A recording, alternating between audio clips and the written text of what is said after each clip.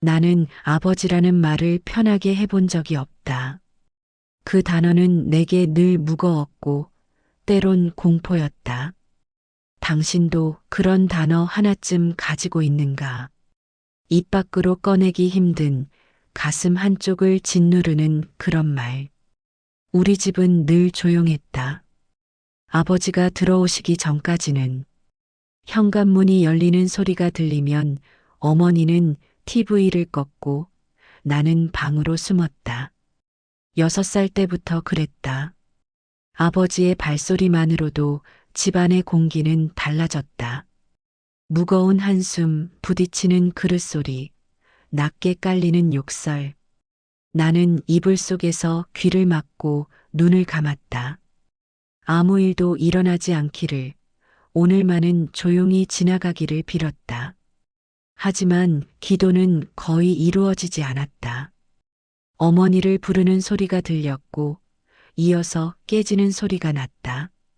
접시인지 컵인지 아니면 다른 무언가인지 알 수 없었다. 나는 떨면서 이불을 더 세게 잡았다. 아무것도 할 수 없었다. 나는 너무 작았다. 학교에서 돌아오면 현관 앞에서 먼저 신발을 확인했다. 아버지 구두가 없으면 안도했고 있으면 최대한 조용히 문을 열었다. 숨을 죽이고 발소리를 최대한 줄이고 가방을 살며시 내려놓았다. 어머니는 늘 부엌에 계셨다. 등이 굽어 보였다. 나는 엄마하고 작게 불렀고 어머니는 고개를 돌리지 않고 밥 먹어라 하고 대답하셨다. 밥상에는 국과 반찬이 놓여 있었지만 나는 어머니 얼굴을 보지 못한 채로 먹었다. 보고 싶지 않았다. 멍든 볼을, 부순 눈을, 억지로 짓는 미소를. 그걸 보면 내가 더 비겁하게 느껴졌기 때문이다. 나는 밥을 빨리 먹고 방으로 들어갔다. 그게 안전했다. 초등학교 5학년 겨울이었다. 그날따라 아버지 목소리가 유난히 컸다. 어머니는 아무 말도 하지 않으셨다. 그게 더 아버지를 화나게 했다. 뭔가 넘어지는 소리가 들렸고 나는 방문을 살짝 열었다. 어머니가 거실 바닥에 쓰러져 계셨다. 아버지는 그 앞에 서서 손을 들고 계셨다. 나는 그 순간을 지금도 기억한다. 어머니와 눈이 마주쳤다. 어머니는 고개를 저으셨다.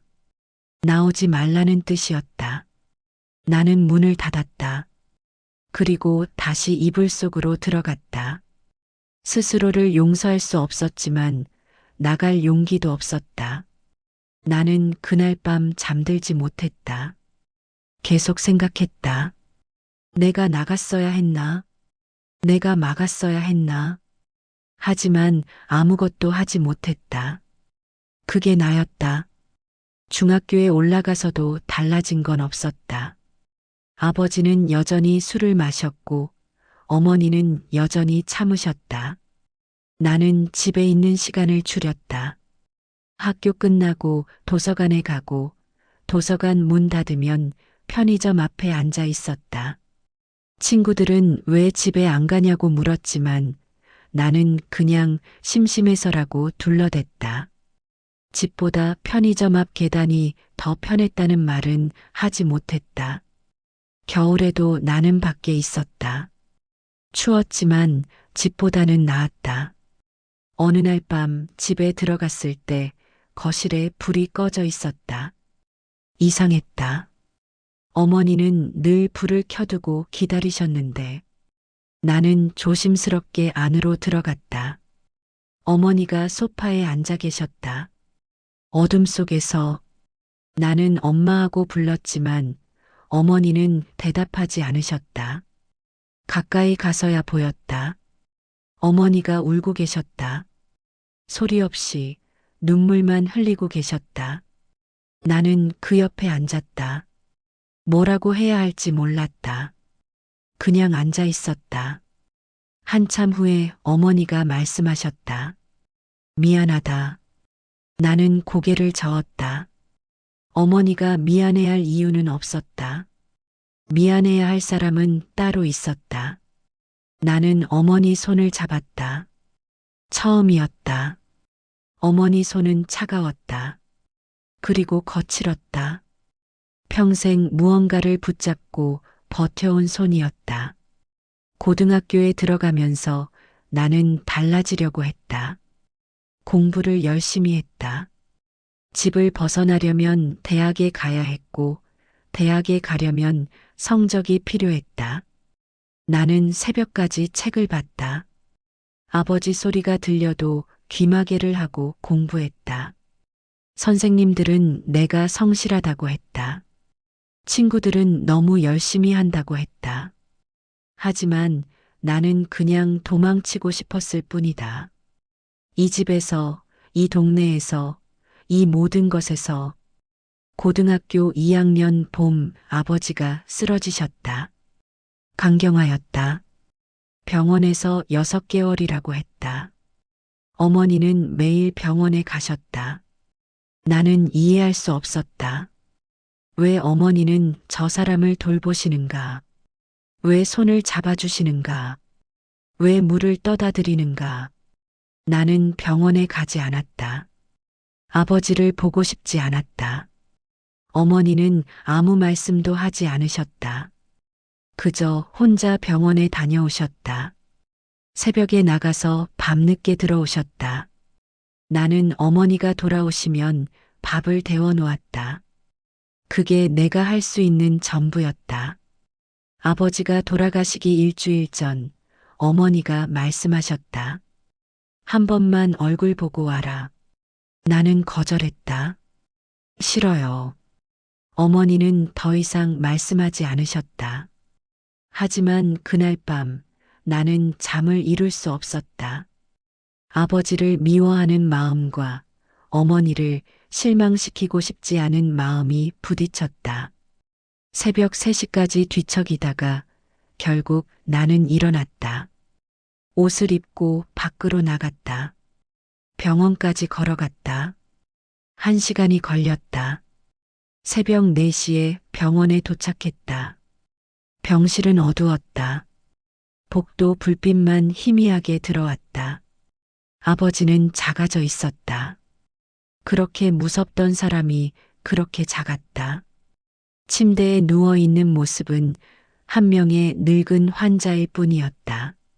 나는 침대 옆에 섰다. 아버지는 눈을 떴다. 나를 봤다. 뭔가 말하려는 것 같았지만 목소리가 나오지 않았다. 나는 그냥 서 있었다. 용서하려고 온 것도 아니었고 작별 인사를 하려고 온 것도 아니었다. 그냥 어머니 때문에 왔다. 아버지는 천천히 손을 들어 나를 가리켰다. 그리고 눈물을 흘렸다. 투명한 눈물이 주름진 뺨을 타고 흘러내렸다. 나는 그 눈물이 무엇을 의미하는지 알고 싶지 않았다. 후회인지 미안함인지 아니면 그냥 슬픔인지. 나는 돌아서서 나왔다. 뒤돌아보지 않았다. 아버지는 사흘 후 돌아가셨다. 나는 학교에 있을 때 연락을 받았다. 담임 선생님이 불렀다. 아버지가 돌아가셨다는데. 나는 고개를 끄덕였다. 알겠습니다. 눈물은 나오지 않았다. 선생님은 괜찮니 하고 물었지만 나는 대답하지 않았다. 괜찮은지 아닌지 나도 몰랐다. 아버지 장례식은 조용했다. 오는 사람도 많지 않았다. 어머니는 울지 않으셨다. 나도 울지 않았다. 우리는 그렇게 아버지를 보냈다. 장례식이 끝나고 집으로 돌아왔을 때 어머니가 처음으로 말씀하셨다. 이제 우리 둘이다. 나는 고개를 끄덕였다. 그게 다였다. 우리는 저녁을 먹었다. 평소처럼. 하지만 집은 달랐다. 더 이상 현관문 소리에 긴장하지 않아도 됐다. 더 이상 신발을 확인하지 않아도 됐다. 이상했다. 자유로워진 건지 허전한 건지 구분이 안 됐다. 대학에 갔다. 집을 떠나고 싶었다. 서울로 올라갔다. 어머니는 혼자 남으셨다. 엄마 괜찮아요? 하고 물었더니 어머니는 나 걱정 말고 너나 잘해라 하고 대답하셨다. 나는 한 달에 한 번 전화했다. 어머니는 늘 잘 지내니 하고 물으셨고 나는 네 하고 대답했다. 밥은 먹고 다니니 내 공부 힘들지 않니 괜찮아요. 그게 전부였다. 우리는 서로에게 깊이 들어가지 않았다. 나는 그게 편했다. 어머니도 그러신 것 같았다. 대학 생활은 바빴다. 아르바이트를 3개 했다. 등록금을 벌어야 했고 생활비도 필요했다. 친구들은 놀러 가자고 했지만 나는 거절했다. 시간이 아까웠다. 돈도 아까웠다. 나는 졸업 후 바로 취직하려고 했다. 빨리 돈을 벌어서 어머니를 편하게 해드리고 싶었다. 그게 내가 할 수 있는 유일한 보답이라고 생각했다. 졸업 후 회사에 들어갔다. 중견기업 영업부였다. 일은 바빴고 나는 바쁜 게 좋았다. 생각할 시간이 없었기 때문이다. 새벽에 출근해서 밤늦게 퇴근했다. 주말에도 일했다. 상사는 성실하다고 칭찬했다. 동료들은 너무 열심히 한다고 말했다. 하지만 나는 그냥 멈추고 싶지 않았다. 멈추면 생각이 났다. 어린 시절이 아버지가 그리고 아무것도 하지 못했던 나 자신이 몇 년이 지났다. 승진했고 연봉이 올랐고 아파트를 샀다. 작은 원룸이었지만 내 집이었다. 사람들은 잘 나가는 청년이라고 했다. 나는 웃으며 고맙다고 했다. 하지만 밤이 되면 혼자였다. 아파트는 작았지만 나는 늘 거실 소파에서 잤다. 침대를 샀지만 침대에 누우면 잠이 오지 않았다. 어릴 때처럼 이불을 뒤집어 쓰고 귀를 막는 습관은 여전했다. 아무 소리도 들리지 않는데 나는 여전히 귀를 막았다. 연애도 했다. 회사 선배 소개로 만난 사람이었다. 착한 사람이었다.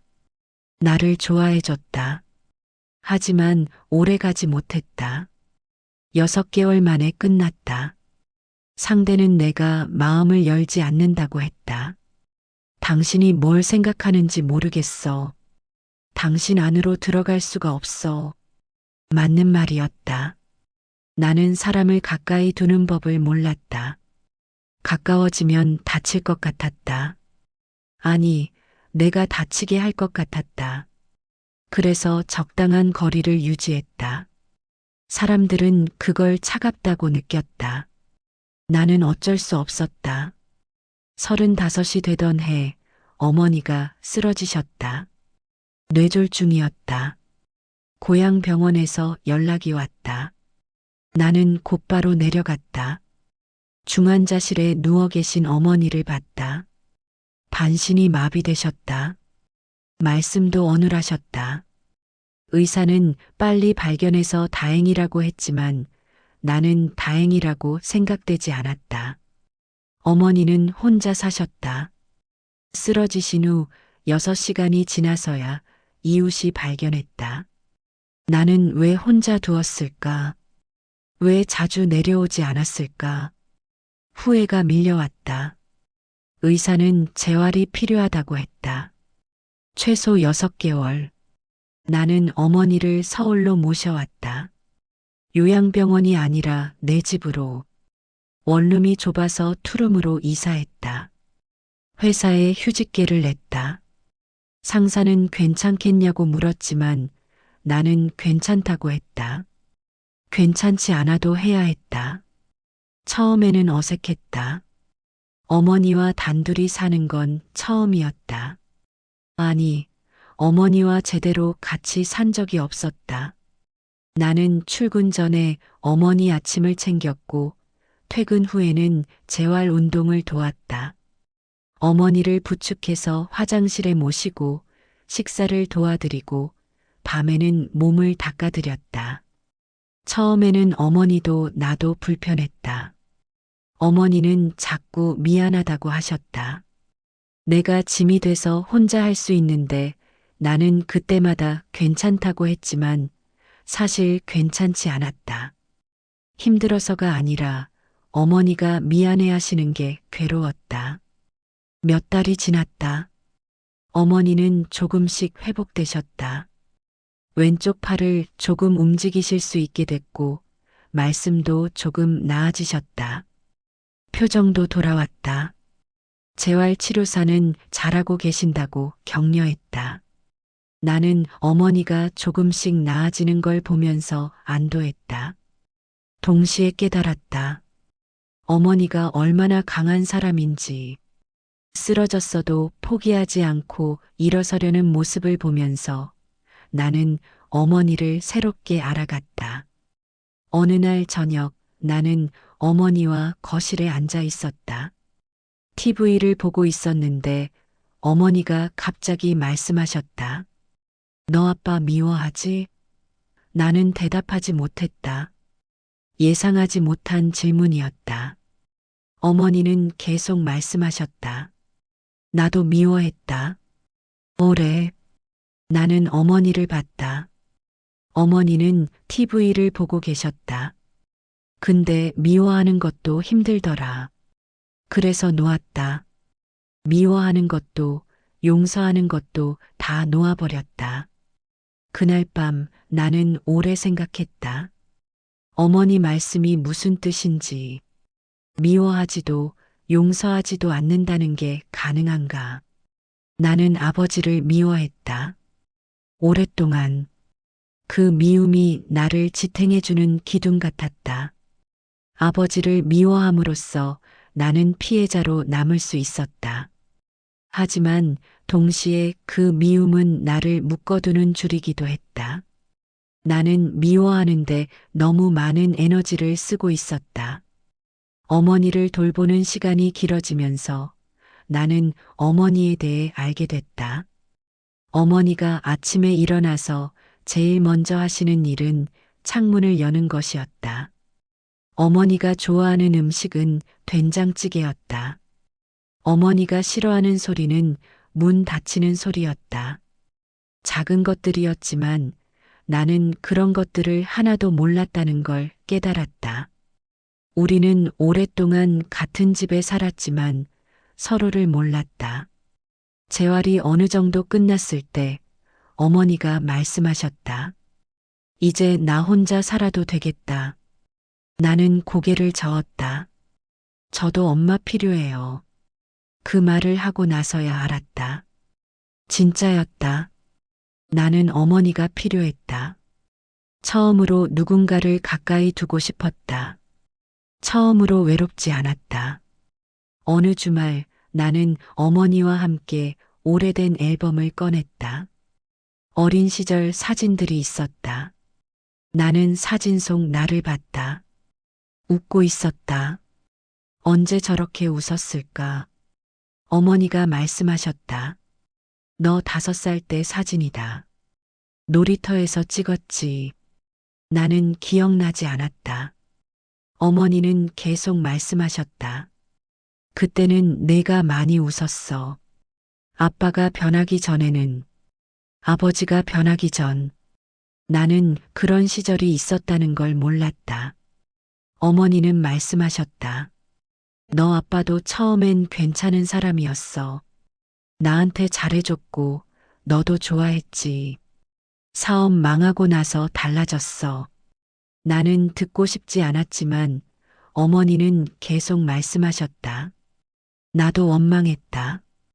왜 우리한테 그러냐고. 근데 그 사람도 힘들었나 보다. 그걸 표현할 방법을 몰랐던 거지. 어쩌면 그 사람도 누군가한테 맞고 자랐을지 몰라. 나는 화가 났다. 그래도 되는 건 아니잖아요. 힘들다고 다 때리고 소리 지르고 그래요? 어머니는 고개를 끄덕이셨다. 그럼 안 되지. 변명이 될 수는 없어. 근데 이해하는 거랑 용서하는 건 다른 거더라. 나는 이해했어. 용서는 안 했지만 나는 어머니 말씀을 곱씹었다. 이해와 용서가 다르다는 것. 그게 무슨 의미인지 천천히 알아갔다. 몇 년이 흘렀다. 나는 다시 회사로 돌아갔다. 어머니는 많이 회복되셨다. 지팡이를 짚고 걸으실 수 있었고, 말씀도 거의 정상으로 돌아오셨다. 우리는 함께 살았다. 함께 저녁을 먹었고, 주말이면 산책을 나갔다. 나는 처음으로 집이 편했다. 집에 돌아가는 게 두렵지 않았다. 현관문을 열 때 신발을 확인하지 않았다. 거실에서 TV를 켜놓고 웃을 수 있었다. 40이 되던 해 나는 상담을 받기 시작했다. 오래 미뤄왔던 일이었다. 회사 복지 프로그램으로 시작했다. 상담사는 내 이야기를 들었다. 어린 시절, 아버지, 어머니, 그리고 지금. 나는 처음으로 누군가에게 다 말했다. 얼마나 무서웠는지, 얼마나 무력했는지, 얼마나 비겁했는지. 상담사는 판단하지 않고 들어줬다. 몇 달간의 상담 끝에 상담사가 물었다. 아버지를 용서할 생각 있으세요? 나는 고개를 저었다. 모르겠어요. 용서해야 하나요? 상담사는 말했다. 용서는 의무가 아니에요. 선택이죠. 용서하지 않아도 괜찮아요. 다만 그 미움이 당신을 계속 아프게 한다면 그건 생각해 볼 필요가 있어요. 그날 이후 나는 생각했다. 용서가 선택이라면 나는 선택하지 않아도 되는가? 용서하지 않아도 괜찮은가? 답은 쉽게 나오지 않았다. 하지만 한 가지는 분명했다. 나는 더 이상 아버지에게 묶여 있고 싶지 않았다. 미워하는 것도 원망하는 것도 지쳤다. 그 감정들이 나를 자유롭게 하지 않았다. 어느 날 나는 어머니께 물었다. 엄마는 아빠 용서했어요? 어머니는 잠시 생각하시더니 말씀하셨다. 아니, 근데 더 이상 미워하지도 않아. 그냥 그런 사람이었다고 생각해. 불행한 사람이었던 거지. 나는 고개를 끄덕였다. 그게 답인 것 같았다. 용서가 아니라 내려놓음. 미워하지도 용서하지도 않고 그냥 놓아버리는 것. 나는 천천히 내려놓기 시작했다. 아버지에 대한 분노를, 어린 시절의 상처를, 스스로를 지키지 못한 죄책감을. 쉽지 않았다. 어떤 날은 다시 올라왔다. 꿈에서 아버지를 봤고 깨어나면 온몸이 긴장해 있었다. 하지만 나는 계속 내려놓으려 했다. 그게 나를 자유롭게 하는 길이라고 믿었다. 지금 나는 45이다. 어머니는 70이 넘으셨다.